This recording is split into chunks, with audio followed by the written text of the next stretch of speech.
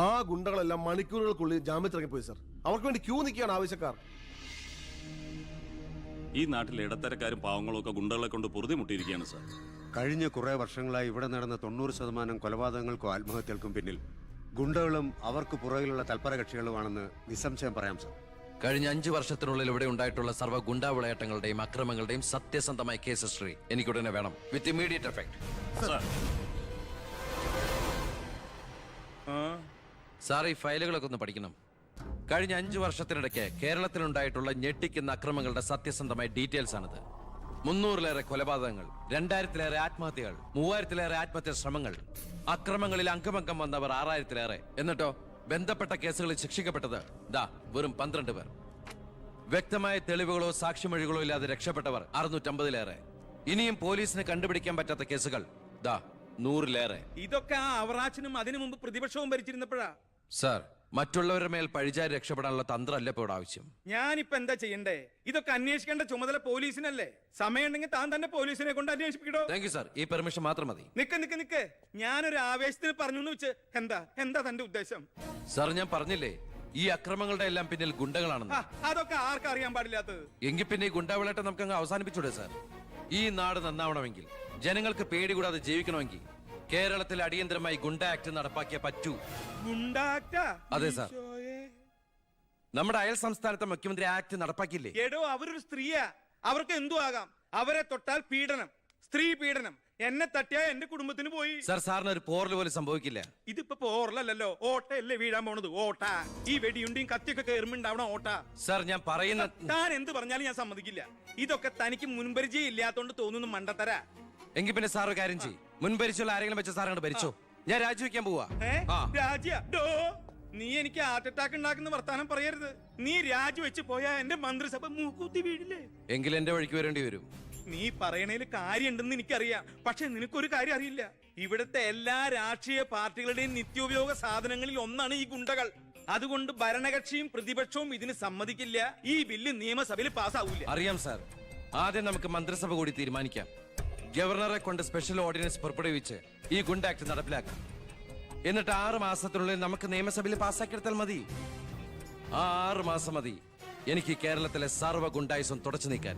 അല്ല, ഈ ഗുണ്ടകളെ എനിക്ക് വേണം.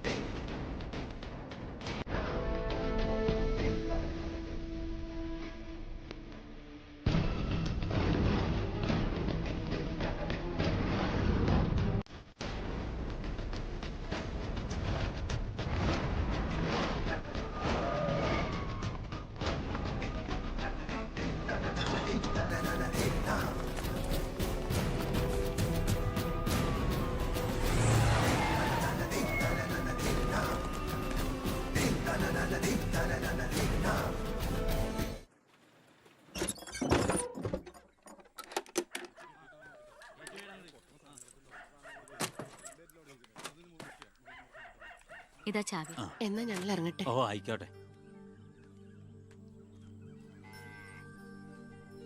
ഈ നാട്ടിലേക്ക് വരുമ്പോ മനസ്സ് നിറയെ സന്തോഷായിരുന്നു. ഇപ്പൊ ഇവിടുന്ന് പോകുമ്പോ എന്റെ നെഞ്ചു നീറുക.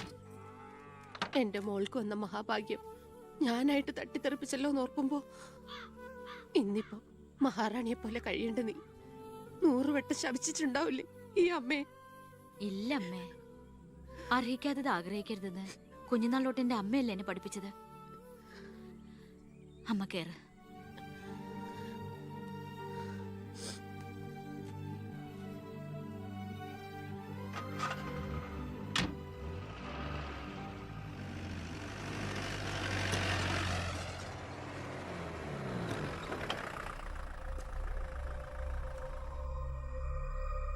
നിർത്ത് വണ്ടി എടുക്കല്ലേ.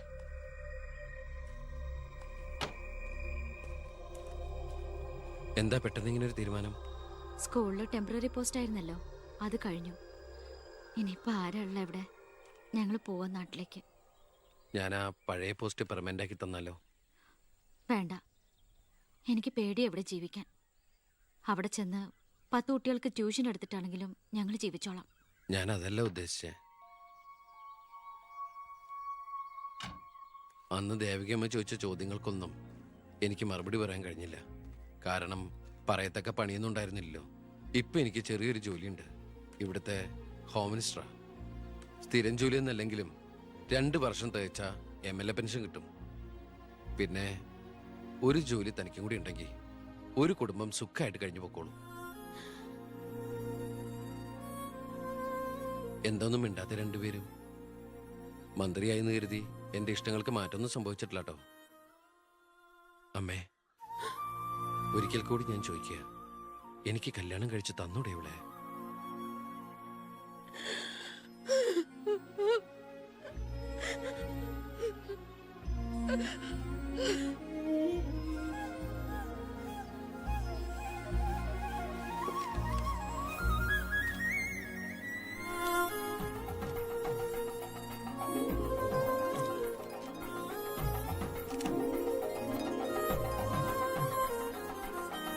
ആരാ സാക്ഷികൾ? ഒരു സാക്ഷിയുണ്ടേ, ഒന്ന് മറിക്ക സാറേ.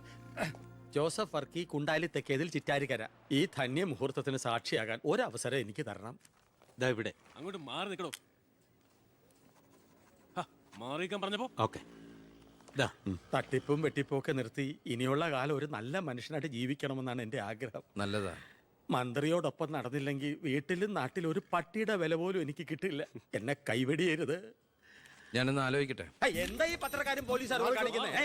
മന്ത്രി വൈഫ് ഒന്ന് പുറത്തേക്ക് ഇറങ്ങിക്കോട്ടെ. ഇന്നത്തെ കൊരകന്റെ പൂമാല കിട്ടിയ പോലെ തിക്കും തിരക്ക് ഉണ്ടാക്കണ എന്താന്നാ ഞാൻ ഉദ്ദേശിച്ചേ.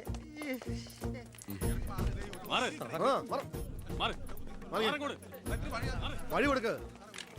ഈ പാവപ്പെട്ട പെൺകുട്ടിയെ വിവാഹം കഴിച്ചത് പഴയ ബാല്യക്കാരുടെ മകളോട് ബാല്യകാലത്തിൽ തോന്നിയ കടുത്ത പ്രേമം കൊണ്ട് തന്നെയാണോ? നാട്ടുകാർ മുഴുവൻ നോക്കി നിൽക്കെ ഒരു ഗുണ്ട പഴപ്പിച്ച ഈ പെണ്ണിന് ജീവിതം നൽകിയത് ജനസിമ്പതി നേടി പ്രശസ്തി പിടിച്ചു വെക്കാൻ വേണ്ടിയല്ലേ? വിട് സാറേ. ഹേയ്, പത്രക്കാരോട് ഇങ്ങനെയൊക്കെയാണോ? അതിനുള്ള മറുപടിയൊക്കെ ഞാൻ പറഞ്ഞോളാം. അനന്തുമാർ വാ. കളി എന്നോടോ? പിയെ തന്നെ പോലുള്ള മഞ്ഞപ്പത്രക്കാർക്ക് എന്തു എഴുതി പിടിപ്പിക്കാം. സ്വന്തം കൂടപ്പിറപ്പുകളുടെ കിടപ്പറ കഥകൾ വരെ. ആ സർക്കിൾ ഇൻസ്പെക്ടർ വിജയൻ സാറ് അവിടെ വെച്ച് അനന്തകുമാറിനിട്ട് 2 പൊട്ടിച്ചിരുന്നെങ്കിൽ നിങ്ങൾ പത്രക്കാരെ എഴുതി പിടിപ്പിക്കും ആഭ്യന്തരമന്ത്രി അധികാരം ദുർവിനിയോഗം ചെയ്തു എന്ന്. അതൊക്കെ ചീപ്പായി പോവില്ലേ? പക്ഷെ ഒരു ഭാര്യയെക്കുറിച്ച് പറയുമ്പോ ഭർത്താവ് കുറച്ച് ചീപ്പായാലും വലിയ കുഴപ്പമൊന്നുമില്ല അല്ലടാ അനന്തകുമാറെ. സാറൊന്നും കണ്ടിട്ടില്ല, അനന്തകുമാറൊന്നും കൊണ്ടിട്ടുമില്ല. താടി ഉള്ളതുകൊണ്ട് പാടറിയില്ല.